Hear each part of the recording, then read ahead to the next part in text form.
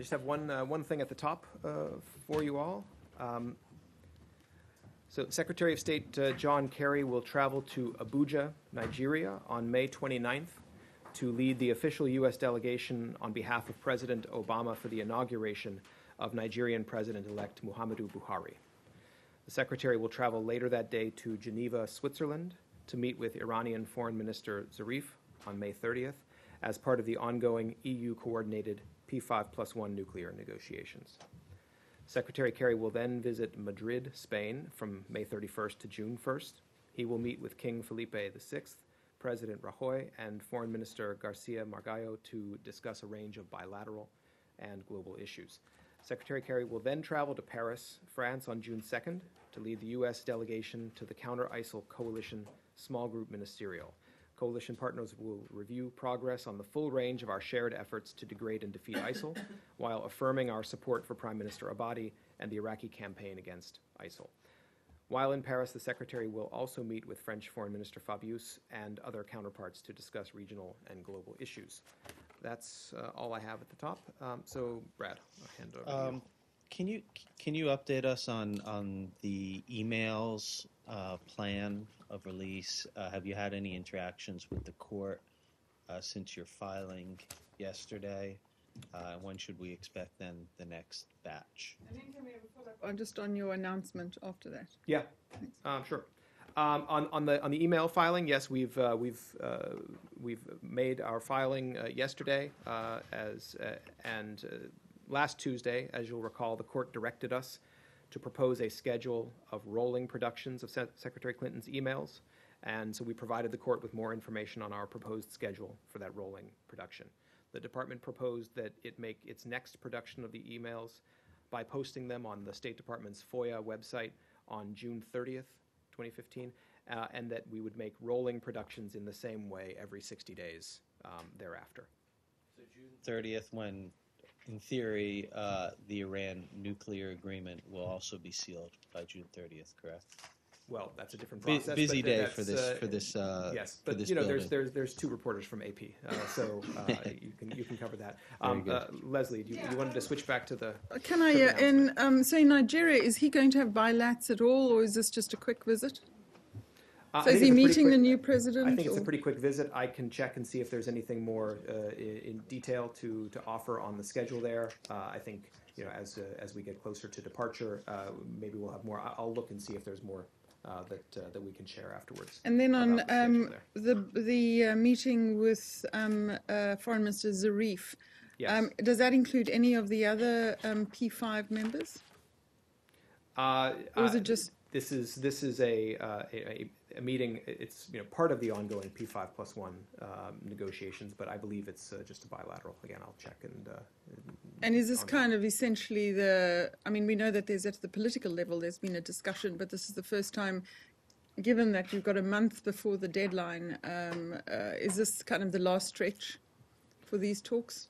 Well, we're focused on June 30th as the deadline, and that's what we're devoting our efforts to. So, this fits into that plan. Of course, there's been an active, schedule of meetings at the expert level, at the political director level, and also the secretary will. This meeting falls also in the context of the nuclear negotiations. So certainly we're going to be focused on this for the month of June. One more thing on this. You saw the story today. France's comments saying it'll block any deal between Iran and the six powers unless unless there's all the necessary installations are in place, as they call it, installations.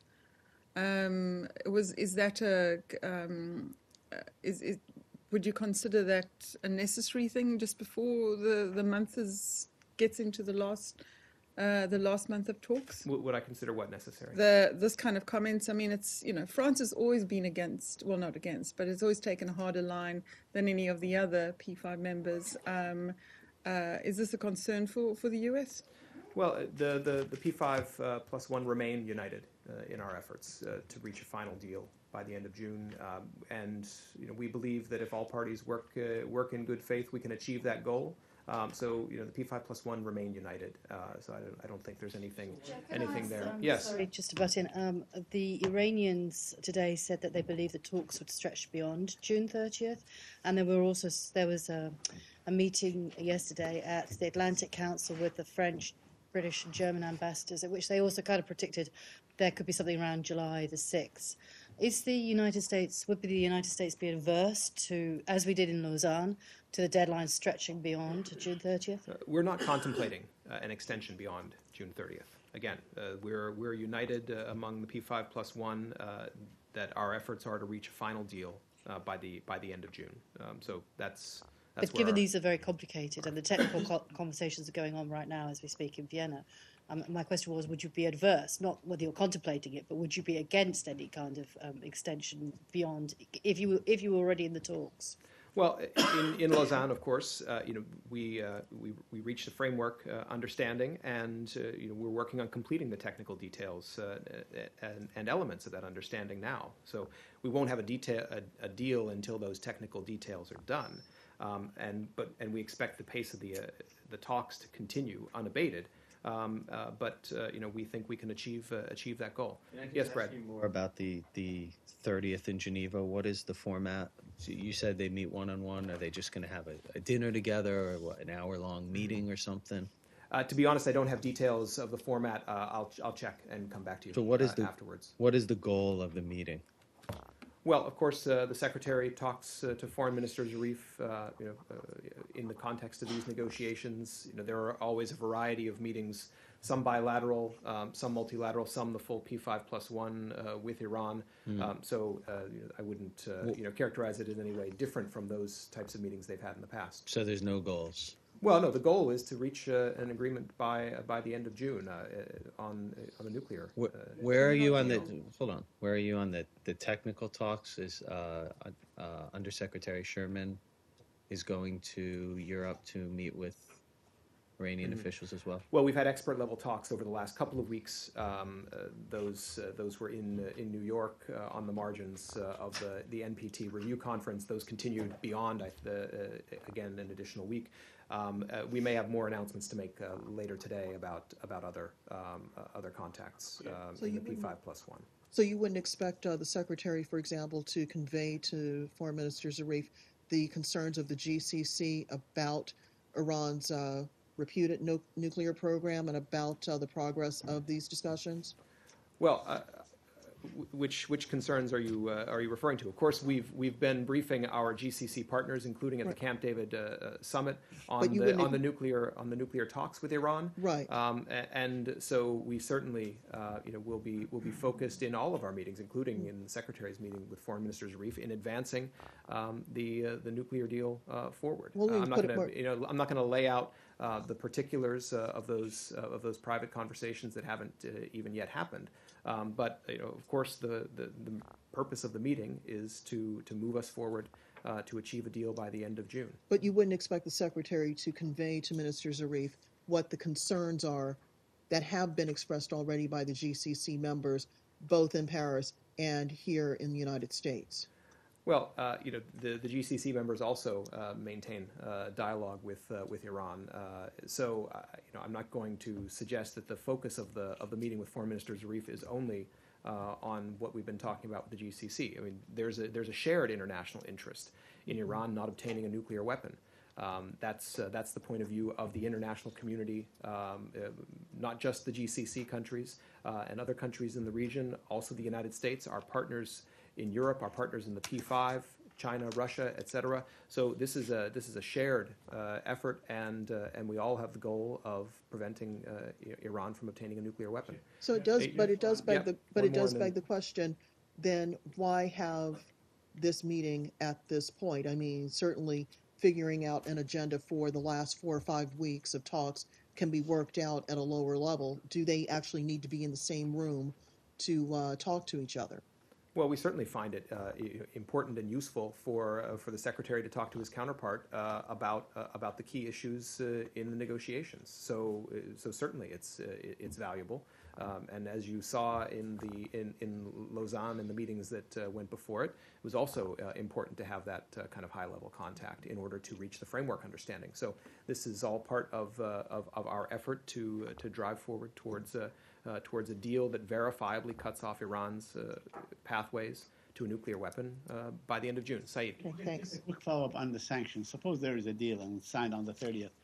How are these sanctions? I know we asked this question time and again.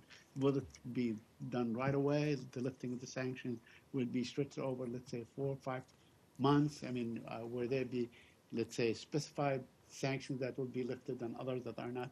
How is that going to work out? Well, I don't have new announcements to make about sanctions relief. As we've always said, sanctions relief will depend on completion of the key nuclear-related steps. And that's what we've been saying ever since Lausanne, and that remains our position. So do you expect that once the deal is announced, that the following day or the following week, Iran can have access to its own funds that have been frozen? Again, I go back to what I just said in answer to your question. The sanctions relief depends on verifiable completion of the key key nuclear-related steps. So that's the way we look at it. Yes, Pam. Same topic? Yes. I wanted to circle back to the comments from earlier today from the Deputy Foreign Minister in Iran and also from the French ambassador to the U.S. yesterday in their suggestions that there could be an extension of the deadline. You said that the United States is focused on the 30th as the deadline. Is there consideration of two things? First of all, a relatively short extension, 2 or 3 days beyond the 30th? And also, is there any consideration of a more prolonged extension? We're not contemplating any extension beyond June 30th. So that's where we are. Good. 2 or 3 days beyond that is a holiday weekend. The thing is that if both the Iranians and the French Pretty much say that there are not going to be any negotiations on July 3rd, which is a federal holiday, or July 4th, which is a national holiday. If you're making that request, I'll take that back and ensure. I'm not making that request. I just think that this line of questioning is a bit unusual, considering the fact that it's a holiday weekend. There would have to be a break if there was going to be. Is that not correct? I don't have the days of the week and when July 4th falls in my head, Matt. July 3rd is a Friday, Okay. and that's the holiday. July 4th is a Saturday. Okay. That's- Duly registered. Thank you. Yes, Matt, did you have? I thought you were just. I thought there was more beyond the interjection on. Well, there on the is. Well, it's a calendar. bit strange that the US is so focused on that deadline and that you're not contemplating, but yet Iran and the French are saying, well, you need the best deal, and if it goes beyond that, then that would be fine. Well, again, we remain united with our partners in these negotiations, and we believe that that if we work in good faith, that we can achieve that date and achieve that goal. And certainly, we've had a robust schedule of meetings in the last few weeks. Those meetings are continuing, and the Secretary's trip is clearly a central part of that. So we are focused on working to get this done And by just the a- deadline. Perhaps you could remind the French that they also have a holiday, national holiday, kind of a big one, around the 14th of July, I believe. I seem to recall something Yes. about that, but again, we're not. We're focused on June 30th. Any holidays on June 30th that you? Not that I'm Haven't aware made- of, okay. but maybe I'm sure there is one. Yes. We'll come Just to so you we in a don't second. Go ahead. interfere with the holiday season, Yes. also that is it possible that the discussions coming up with Zarif could include things on Yemen, Iraq, Syria? I don't have anything to preview of that sort. Again, the Secretary meets frequently with Foreign Minister Zarif, and these discussions are focused on the nuclear issue. Of course, as we've said before, we take every opportunity to raise with Iran the U.S. citizens who are detained or on trial, or in the case of Robert Levinson, missing. So certainly we will raise the cases of Jason Rezaian, Amir Hekmati, Saeed Abedini, as well as Robert Levinson. The Secretary will. Definitely. Well, we always do, so I don't In have his any meeting reason to with believe, He will. believe that it won't come up this time. Okay, with special attention to the fact that there was he's on trial now. Well, of course, and we talked about that yesterday. Yes. Saeed, Can we change topic? anything more on Iran? Okay, then go ahead. Can we go very quickly to the quartet today? Tony Blair, the head of the quartet, resigned. Tony Blair is not the head of the quartet. I mean, whatever. He's the envoy to the. Sorry, Well, he was I the take that quartet- back. the quartet He- representative. The special envoy to the quartet. I don't know what his title is. The peace envoy of the quartet resigned today. Do you have any comment, first of all, on his resignation? Well, Tony Blair has been a valued partner and friend in our effort to bring peace to the Middle East. And as quartet representative, he's worked tirelessly and passionately to advance economic growth in the West Bank and Gaza over the past 8 years. And so we deeply appreciate his efforts and will continue to value his support. So you assess his tenure over the past 8 years as a successful tenure for the quartet? Have the goals of the quartet been achieved under the sort of the auspices of envoy Blair? Well, I think the quartet's goals haven't been achieved, of course, because we're working toward a two-state solution in which Israel lives side by side at peace with Palestinian state. So until that's achieved, I don't think any of us can The say quartet, that we've by succeeded. and large, is the brainchild of the United States of America. Has the time come to really perhaps change it or create something different to get the process going? I don't have any speculation of that sort to share or to offer. The quartet will continue its work in promoting a two-state solution to end the Israeli-Palestinian conflict, but I don't have any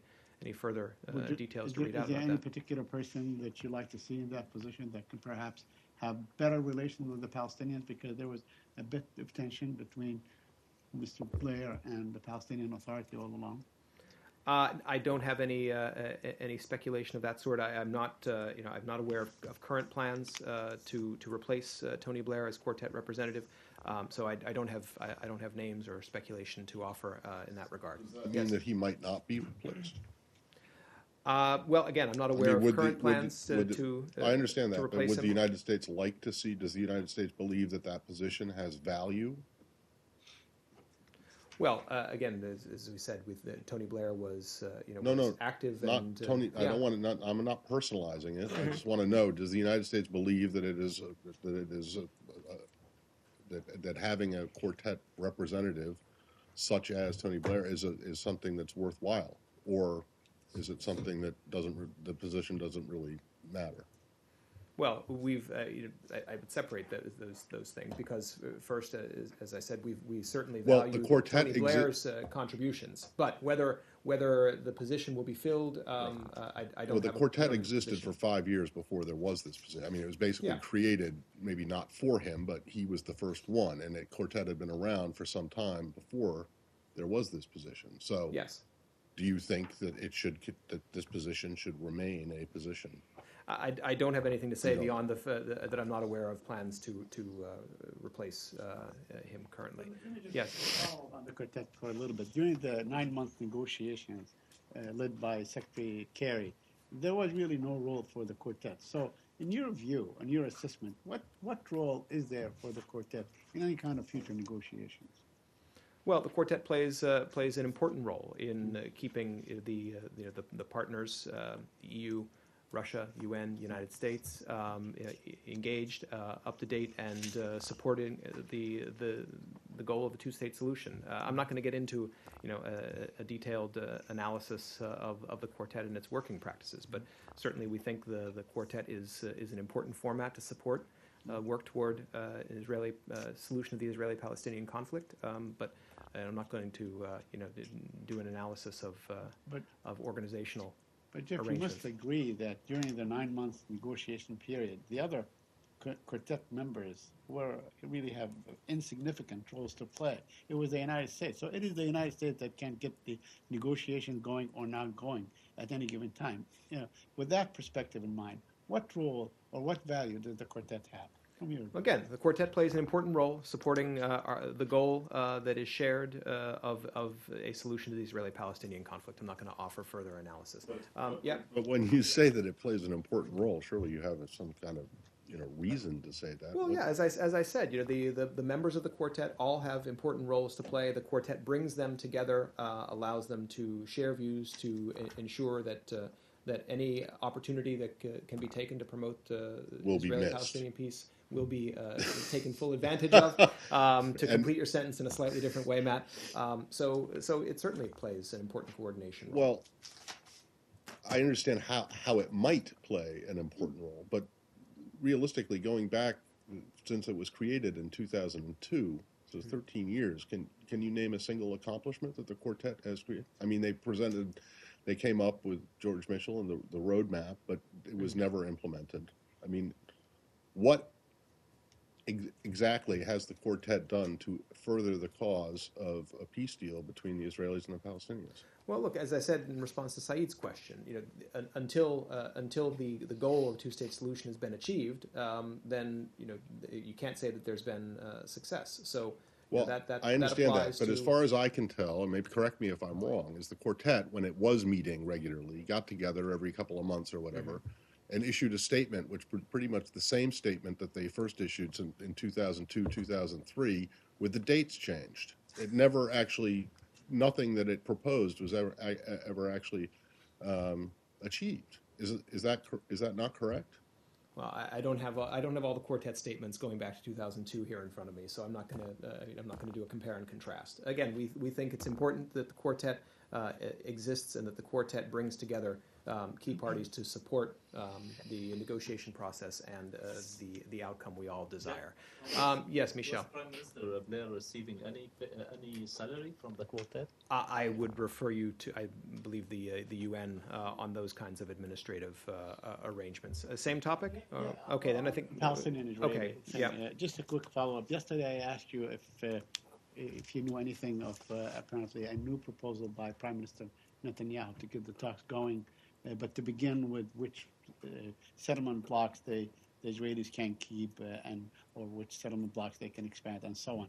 Did you I don't have anything that? new to add on that. Yeah, apparently he told this to the EU envoy Federica Mogherini.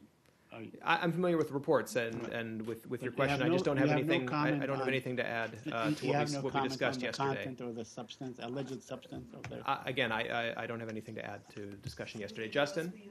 U.S. Be willing to entertain any talks in which the existing settlements would be basically rolled into a final separation deal? I have nothing to preview about that or a reaction to these reports, which that I don't have anything beyond what I said yesterday. Justin, go ahead. One more, please. Yeah. When was the last meeting for the quartet? Do you know? I'm happy to check and find out. I don't know offhand when the last one was. Of the quartet officials in Brussels today as part of the ad hoc liaison committee meeting? I don't know off the top of my head, Matt. If you're The answer would be yes. But okay, all right then. Justin, go ahead. Yeah, on Qatar, the travel ban for the Taliban 5, so-called Taliban 5, expires at the end of this month. Have you had any discussions with the Qataris about extending that ban? So I think this question was asked yesterday as well. I don't have anything. I don't have anything to announce in that connection. Okay. Do you have anything to say though about whether you've discussed anything with them about extending the travel ban? We don't need any announcement. It doesn't have to be an official announcement. No, I don't. I simply don't have anything to read out. Yes, so go ahead, June. Thank you. Me? Okay. Yes. U.S. and South Korea, Japan hold nuclear envoys talks in Seoul. Do we have anything laid out about that? Yes. So our special representative for North Korea policy, Sung Kim, held in-depth and productive trilateral discussions in Seoul today with his counterpart from the Republic of Korea and his Japanese counterpart. This was, in our view, an important opportunity to continue to strengthen our coordination with our two allies in Northeast Asia on a wide range of issues related to North Korea. This follows on separate bilateral meetings that Sung Kim had with Special Representative Hwang from the Republic of Korea and Director General Ihara on May 26th. So he had bilateral meetings yesterday with each of them, and then they had a trilateral meeting today. And these are the latest in a series of ongoing consultations with all of the five-party partners, all of whom remain united in our pursuit of the shared objective of a denuclearized North Korea. Sung Kim made a remark to his news conference, said United States kept all diplomatic options on the table. He mentioned that. Do you have any particular missions for Keeping all what options? Oh yeah, all diplomatic options Yes. on the table. So do you have any particular diplomatic options mentioned? Well, I don't have anything to offer beyond what he said in his press conference. I think I would refer you back to his comments there. I don't have further elaboration to make on that. Yes. Thank you.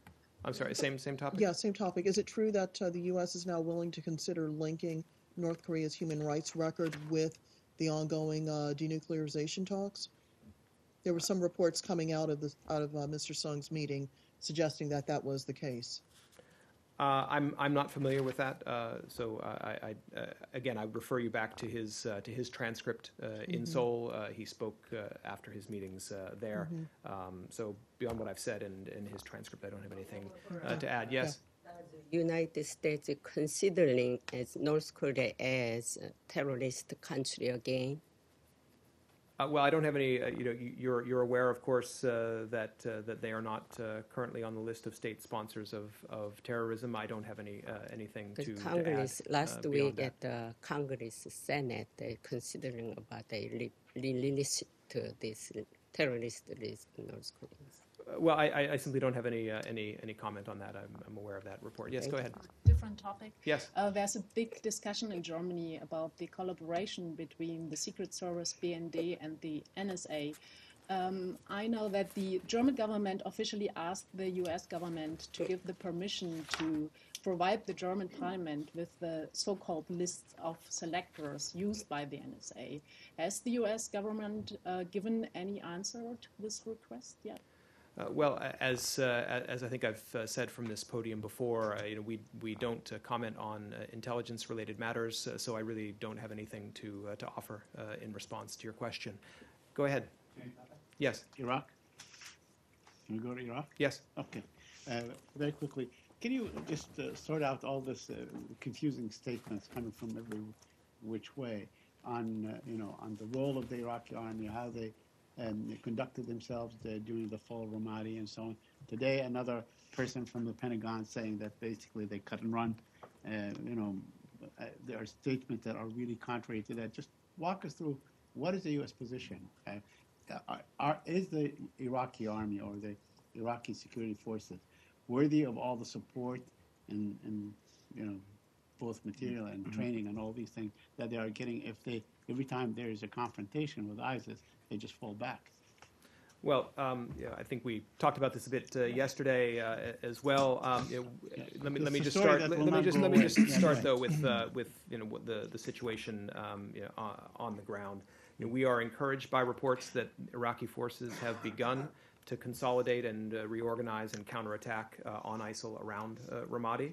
We also welcome the news from Prime Minister al-Abadi on the counteroffensive, and we'll continue to offer support to our Iraqi partners as they work to push ISIL out of their country.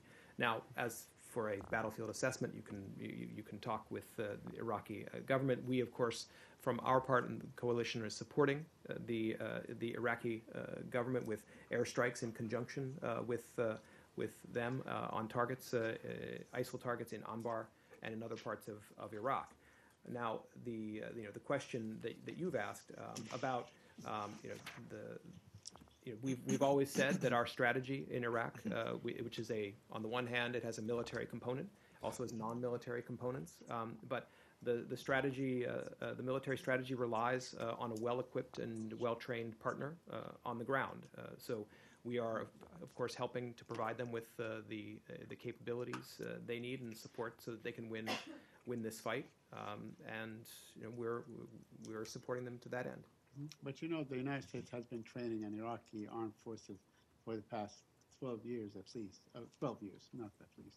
For the past 12 years, spending a lot of money and a lot of training and so on. But, you know, looking back, even when there was the awakenings and so on, it was really the American forces that did whatever fighting there was. So there is no record of this army that you have trained and spent so much time and effort at standing up and doing what it's supposed to do.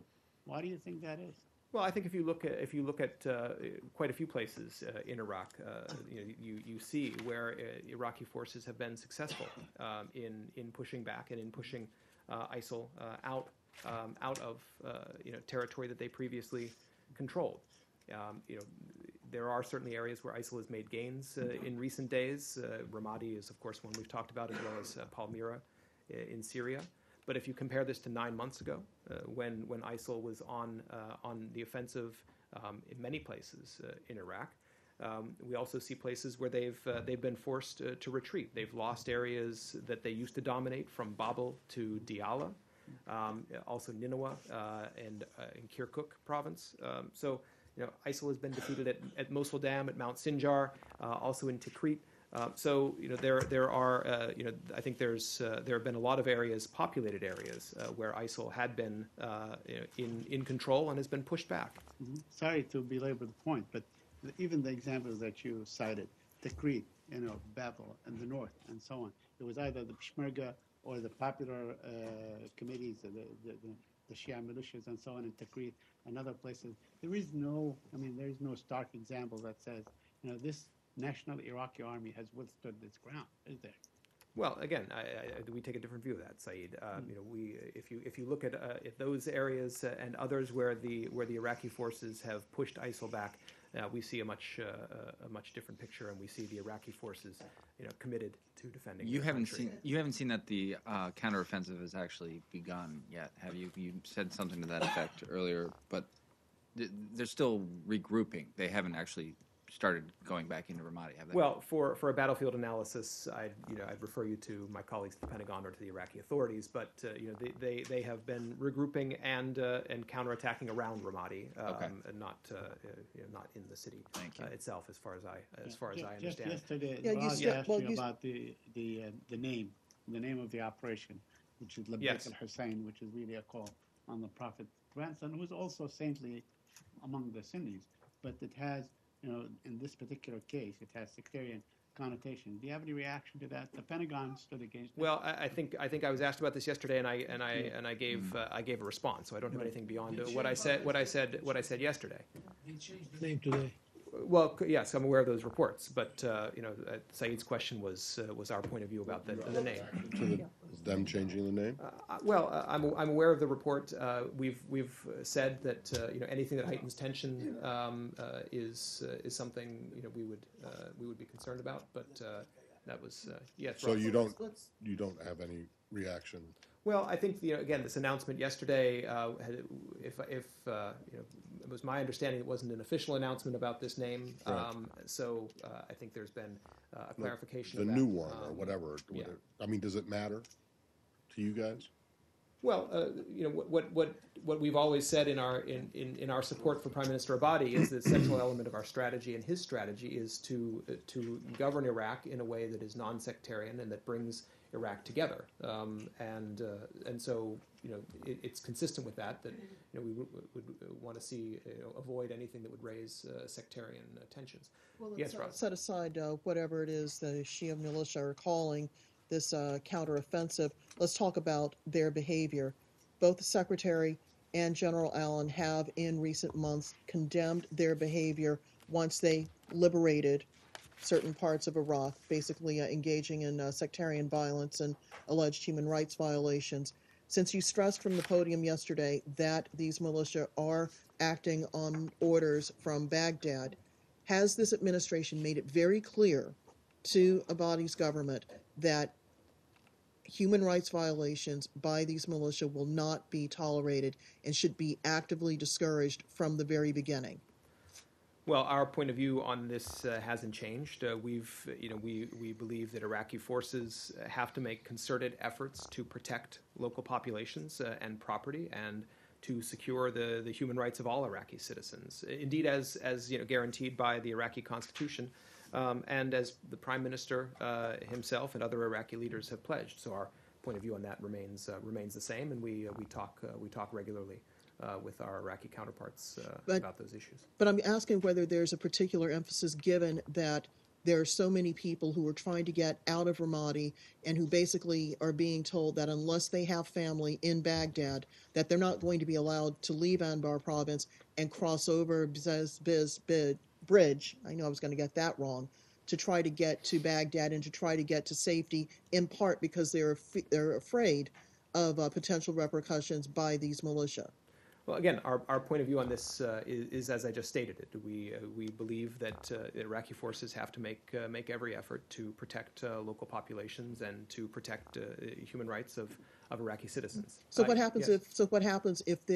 if such violations do happen? What can the U.S. do to make certain that those responsible are held accountable? Well, I'm not going to speculate about things that haven't. That you're talking about things that could happen in the future. I'm not going to speculate about that. But this is an important issue and one in which we remain in contact with our Iraqi counterparts. Go ahead. Two questions. Yesterday you said that the State Department was looking at scheduling opportunities for the 2014 human rights reports. Can you confirm that the reports have been completed and are just waiting to be released at this point? I don't have an update on the human rights report. If I get more, I'm happy to share that. But I don't have anything further to say. Do you know if the administration is going to release the reports before the administration finishes negotiations over the TPP or the Iran nuclear agreement on June 30th? Again, it's the same question you asked yesterday. I don't have anything further to say beyond yesterday. Go ahead, Joe. Can I ask you about the world's top news story today, which I can't believe nobody's asked you about yet? Please, go right I ahead. would call it football. You would call it soccer. Well, I can call it either. Go ahead. So I want to ask about the huge campaign to the huge corruption investigation against FIFA and the arrests of 6 FIFA officials in Switzerland. Mm-hmm. First of all, at a press conference just a few hours ago, it was confirmed that the United States is seeking the extradition of these officials. Can you confirm that yourself in the podium? Well, I think the Attorney General has spoken to this. Do you have an extradition agreement with Switzerland? I don't have a list of our existing international agreements. I'm happy to check and come back to you. I just don't know off the top of my head. But of course, we as the Attorney General said, this and I think you've probably also seen the comprehensive statement that the Department of Justice has issued.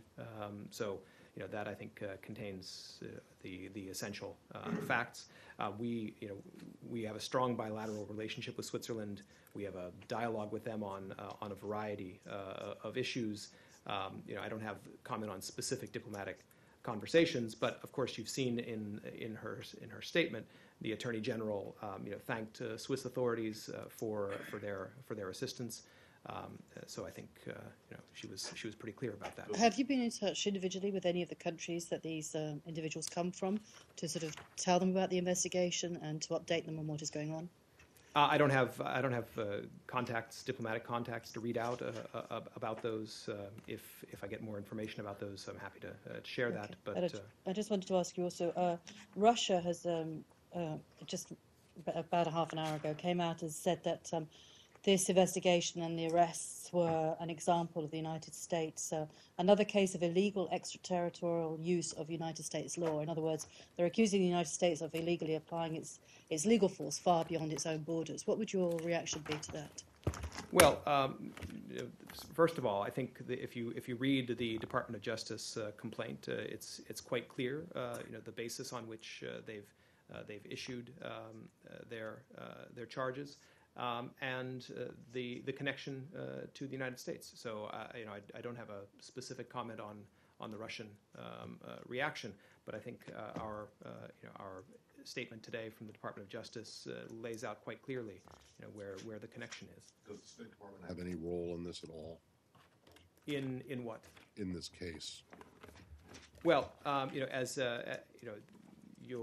you'll Your appreciate questions, even if the you, answers to the questions so far seem to answer the original question or the original statement about why no one had asked about it well, here, because you you'll clearly don't have anything to say about it, right? Well, as you'll be familiar with, we don't talk about the specifics of extradition requests. I'm not cases, asking but that, as a Jeff. general matter, the Departments of State and Justice share responsibility for international extraditions for the United States. So that depends on the exact nature of the agreements that are in effect for a particular country. Did the Department of State play any role in this?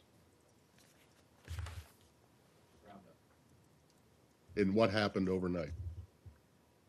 In Zurich, Switzerland.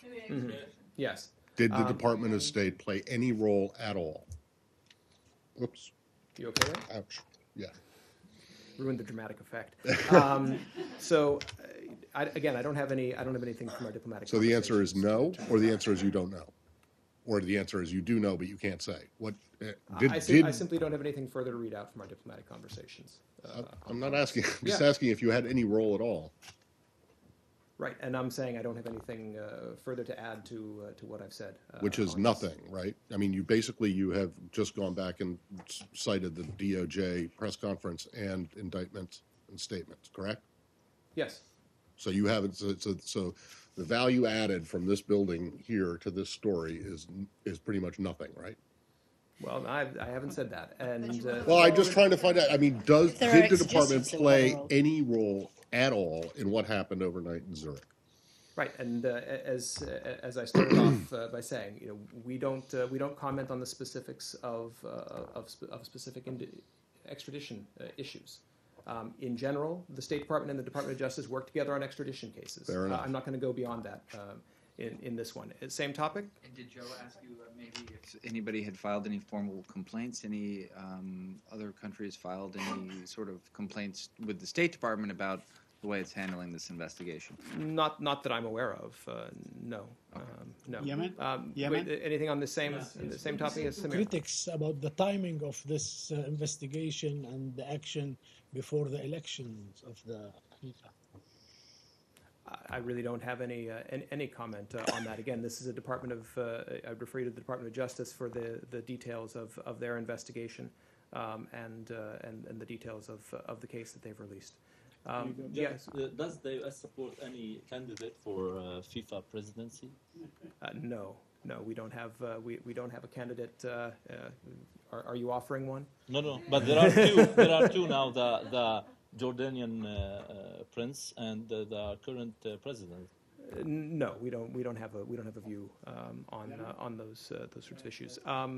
Yes, go ahead. Okay, very quickly, is there any truth to the story that the United States has revoked passports of United States citizens of Yemeni origins that are in Yemen? You have any information on that? Do you have something you have specific confiscated in which a case there about which you're there are asking? Americans, U.S. citizens in Yemen, who claim that their passports have been revoked or taken away for them under the pretext of stolen identity or to guard against stolen identity. Can you comment on this? Do you have any information? Well, as you know, our embassy has suspended operations in Yemen, so Right, so I don't think there's any but recent. you can revoke a passport without having an embassy there. This is an issue that we've been asked about before in the briefing room. I'd refer you back to previous transcripts. I don't have anything new to add on that.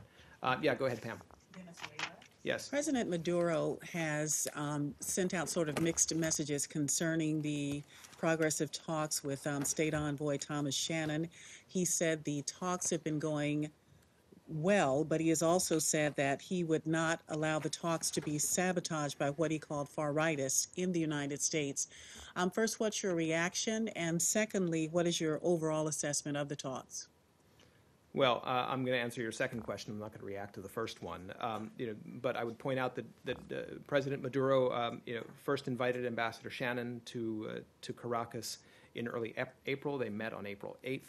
And following the Summit of the Americas, Ambassador Shannon was invited again to Caracas. They had another conversation on May 12th, so just a couple of weeks ago. These conversations were positive and productive, and they will continue. But beyond that, I don't have further to say on those discussions. We're going to Thailand. Yes. Or Thailand and Burma. And these overflights that the Pentagon says that they're doing for the Rohingya, for migrants and the... Yes. Do you have any, and this is being asked of the Pentagon as well, but does this building have any update on that? Are you running into any problems with the Thais about these overflights that the State Department might be involved in? Not that I'm aware of. In answer to your second question, going back to the first one, as we discussed yesterday, the United States has operated flights. Specifically, I mentioned that on May 24th we had a P-8 flight that operated out of Malaysia and was conducting maritime surveillance to locate and mark positions of boats that might possibly be carrying. But so nothing new since yesterday. No, I don't have anything. I don't have a new update on the flights. But clearly, we see this as a contribution to trying to deal with the situation. In some cases, a very dire situation that people face at sea. Yes? Okay. Yeah, go ahead, Joe. Apologies for being so British today. I'm not usually. But I wanted to go to the... I'm not sure what you mean by that, but go ahead. I wanted to go to the announcement from the government from the Queen and the government in London that they will hold a referendum as David Cameron had promised in his campaign speech for re-election. Is there a US reaction to that? What would be your thoughts about holding a referendum on leaving the EU? If you're asking a question about a referendum or the mechanism or how the British government pursues its policies, I don't have a comment on that. No, but what would you want to see happen? As we've said before, we think that the UK's relationship with the European Union is a question for the British people and the British government. We value a strong UK voice in the EU. The European Union is a critical partner on global issues. And we welcome an outward-looking European Union with the UK in it. We benefit when the EU is unified, speaking with a single voice, and focused on our shared interests around the world and in Europe. So the UK we see as an important player in the world and a long-standing, important friend of the United States, and we'll always enjoy a special relationship. Thank you. Sure. Yes, go ahead, David, then we'll come back. Me? Sorry. Oh, okay. I'm sorry. Not David. I have two questions. One is about Ramadi. There are reports about Iraqi special forces retreating from the city because they received instructions from someone close to former Prime Minister Maliki or Maliki himself. Are you aware of those reports? I'm not familiar with those reports. I don't have any comment on Second question is about Syria ISIL. Again, there are reports about ISIL publicly executing some people they held in the city of Palmyra. Are you aware of those? Are these reports from today, or how recent are these reports? I think it came out today from one of those human rights organizations, Syrian local groups. Well, I'm not in a position to verify or substantiate such reports. But those reports are consistent with the brutality that ISIL has shown in all of the places where it's been active and where it's controlled territory. So it would be yet another sad reminder of the brutality that ISIL has brought, and the reason that we, along with our Iraqi partners and an international coalition, are committed to working with the Iraqis to push them out of Iraq, and also working to degrade and defeat ISIL in Syria as well. Yeah. Syria. Yeah. Okay, and NATO and the Turks and so on.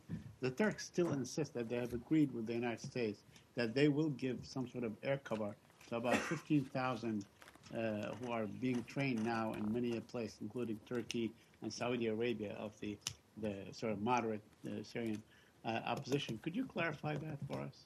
Are you? I don't have any comment beyond what I said yesterday.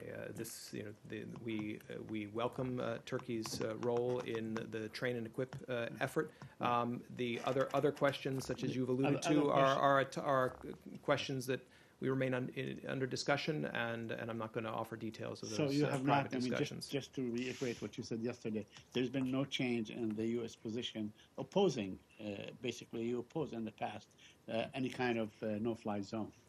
So as I've said many times in the past, we are aware of this interest from some of our coalition partners. These are complicated issues. We continue to discuss them. I don't have anything my last new to question say. on this: a lot of the groups that, or the two main groups that Turkey supports, which is Jabhat al-Nusra and Jaish al-Fatah, you have placed on the terror list. So how do you see eye to eye on who do you train? Who do you send across the border? How you ferry them, and so on? What kind of supplies you give them? Because they find the Turks seem to sort of support these groups that you oppose. Well, as to the people who are being trained in our train and equip program, that's something we work on jointly with the Turkish authorities. So that's something that we work through with them. Yes, go ahead. There was heavy shelling by the Ukrainian army in the town of Gorlovka in the Donetsk region on Tuesday. 3 civilians died, including an 11-year-old. Is that all right under the Minsk agreement to use heavy artillery in residential areas like that? Well, let's take a step back and look at the situation in eastern Ukraine, because there's a whole lot more to it than this report that you've mentioned, which I'm not able to confirm and I'm not familiar with.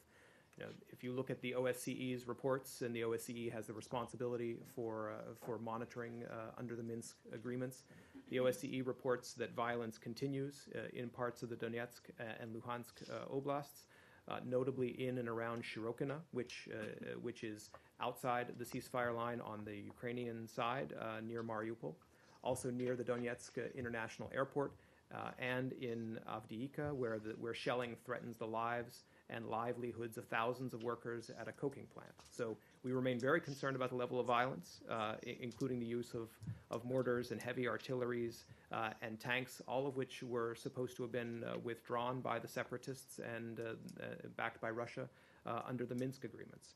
The overwhelming majority of the ceasefire violations have been conducted by combined Russian separatist forces attacking Ukrainian positions on the Ukrainian side of the line of contact, which is clearly contrary to the Minsk agreements. So we again call for a full cessation of hostilities and for full implementation of the Minsk agreements, including unrestricted and safe access for OSCE monitors so they can monitor and verify the ceasefire and the heavy weapons withdrawal. Are you aware that the Ukrainian army has used heavy artillery in residential areas on a number of occasions in recent weeks? And how is that consistent with the Minsk agreements that everybody should abide by? Well, as I just said, the overwhelming majority of the ceasefire violations have been conducted by the Russian and separatist forces. The one that I heard what you said, the one that I just mentioned that happened yesterday, and then there were others, including the one on May 19th, where an army shell hit an apartment building. Are those actions consistent with the Minsk agreements? Well, you've cited reports with which I'm unfamiliar, so I'm not going to comment on them. As I've said, our view is that the overwhelming majority of the violations are coming from the separatist and Russian side. And can you say that the Ukrainian government is abiding by the agreement, by the Minsk agreement? Again, as I said, the overwhelming majority of the ceasefire violations are coming from the Russian and separatist side. Are you side. saying that the shelling by the Ukrainian army is justified? Look, you're citing reports with which I'm not familiar, so I'm not going to comment further on that. How closely do you follow with what's happening in eastern Ukraine? Do you read daily reports or only what the Ukrainian government is telling you? Look, as I've said, the OSCE plays a monitoring role on the ground, and if you look at the OSCE's reports, they do report about those shellings. They also report the violence that I've described, which continues on the Ukrainian side of the ceasefire lines. If the Ukrainian government thinks that the other side is violating the agreement, and they do think that, does that make it all right for the Ukrainian government to violate it some more? Look, our position is that we call for full implementation of the Minsk agreements, and by everyone, right? Does that yes, include the Ukrainian government? And again, the primary source of violations of the Minsk agreements and the ceasefire come from the separatists and the Russian side. Yes, Matt. Perhaps you could look into and familiarize yourself, or have someone do it with the reports that she's mentioning, and then come back to us and tell us whether or not you think that they were violations, or if they're totally in line.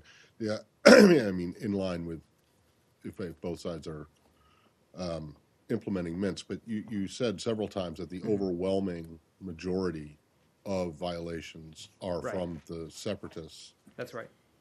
But overwhelming majority isn't all, is it? So there are some violations by the government, the Kiev government, correct? I mean, it would stand to reason. Well, yeah, it does stand to reason. I mean, it might be 99% to 1%, but I don't there's have a still percentage to affix right, to it, but whatever. But it's not all the violations are happening on the separatist side, correct? Is that the administration's line? Well, correct, but again, so there I are think that violations. As I've said, it's quite clear to us where most of them are coming from. Right, but most is not all, right? I think I've agreed with you. Okay. But, I wanted to ask you related to this, the vice president. Sorry. Well, this I'm is so about sorry. Ukraine as well, but if it's Go ahead. Yeah. May I? From what you're saying, one may think that Kiev has a completely hands-off approach in that conflict. Is that how you see it? I'm not sure I understand what you That mean by it doesn't do anything there. It's all just happening, and Kiev has nothing to do with all of that. That's what comes across from what you're saying, with overwhelming majority of violations and all of that. That isn't what I've implied, and it's not what I've said. Again, the situation in eastern How do Ukraine. you evaluate the Ukrainian government's actions at the moment? Do they abide by the agreements? Do you approve of everything that they're doing? Look, the Ukrainian government is committed to implementing the Minsk agreements. Of course, the secretary and the vice president have been in recent contact with President Poroshenko, and so we remain But focused using on heavy artillery in residential areas, is that implementing the Minsk agreement? Well, again, there are withdrawal provisions in the Minsk agreements, and unfortunately, if you look at the Russian separatist side of the line, where the OSCE has been unable to verify the withdrawal of heavy weapons, it's very difficult to verify. So you're saying their potential violations no. justify the Ukrainian government's violations? Look, Is that what you're saying? I really don't have anything to add beyond my statement earlier, that the overwhelming number of violations are coming from the Russian and separatist side in eastern Ukraine. Yes. I wanted to ask you about the vice president, who I believe speaks on behalf of the administration, as Correct. you do, correct? You maybe saw or heard his remarks. I haven't, at because I think the Brookings? speech started Okay. just before I came out. All right, I wanted to I ask know you he was giving a speech today at Brookings. Right. I wanted to ask you two questions about things he said about Ukraine and related to Russia. One was that he said that until Minsk is implemented, or once Minsk is implemented, the sanctions can be lifted, which has been a pretty standard line. But he did not, in that sentence that I heard, and maybe I missed it, talk about the Crimea-related sanctions. It's still the position of the administration, or it's still the stance of the administration, that until the Crimea annexation is reversed, that the sanctions that were imposed upon the sanctions that were imposed in will connection remain. With the illegal occupation. Implementation of Minsk will not have any effect on the Crimea-related sanctions. Is that correct? Yeah, that remains. All right. The other thing that he said was that we will not recognize any sphere of influence. And I'm presuming that he was talking about Russia in that. But is that really the case? Does the United States really not recognize any sphere of influence, or does it just choose not to recognize other countries, rivals perhaps, spheres of influence? Well, I'm not sure. Does what this you're trying to apply? imply. Well, I'm trying to. What I want to ask is, he was speaking to this situation that we have now with Russia and Ukraine. But my question is this a broader policy that the United States does not recognize any sphere of influence? Well, let's start with the specific, and then we can go to the general. In the particular case of Ukraine, the situation is one in which the Ukrainian people have expressed a desire to shape their own future and to join the European sphere of influence, right? That's your argument. No, no. That they wanted to be more European than they wanted to be. They wanted to look west rather than east. Isn't that the position? The orientation of the Ukrainian people is fundamentally an issue that has to be decided by the Ukrainian people. Right, and, but your so interpretation of that and what they wanted was to look west rather than east, right?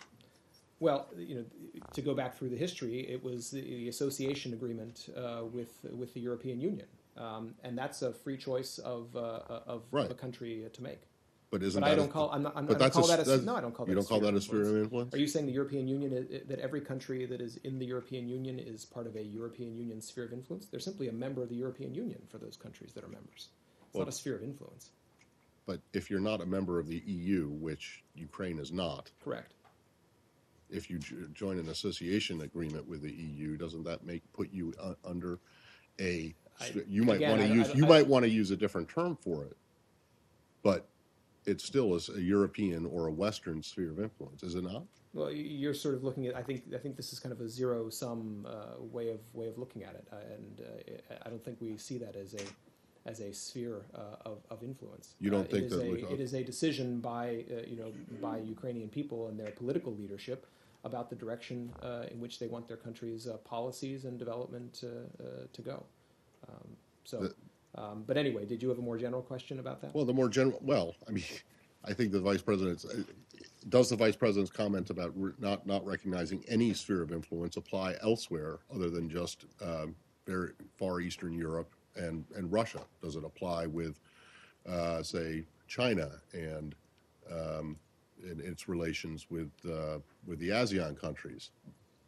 Do you recognize a U.S. sphere of influence in the Western Hemisphere, notwithstanding the fact that apparently the Monroe Doctrine is dead, according to the Secretary? You seem to regret that because no? you mention it once in a while. You mentioned it a couple of years ago. So you don't agree with, the United States doesn't agree with any sphere of influence anywhere?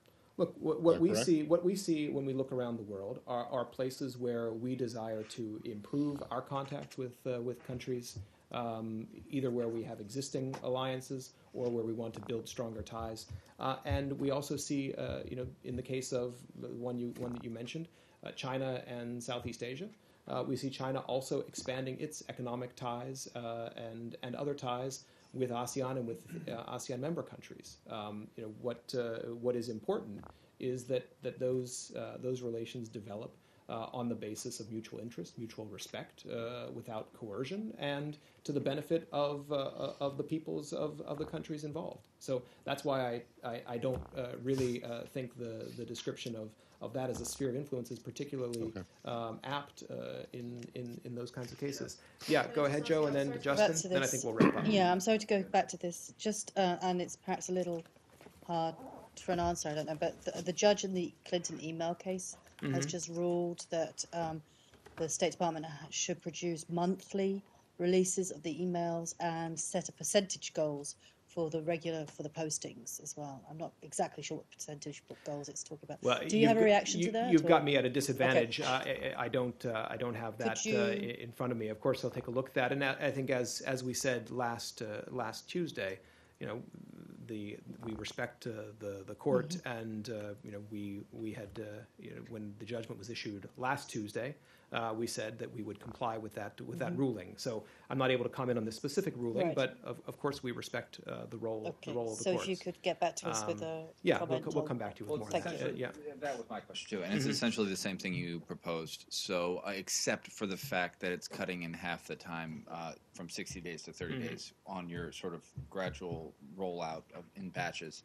Can you handle that? Is really the question. That change. Yeah, that I'd have to look at the specifics of the ruling and if there are any implications beyond. So okay, thank you. Thanks.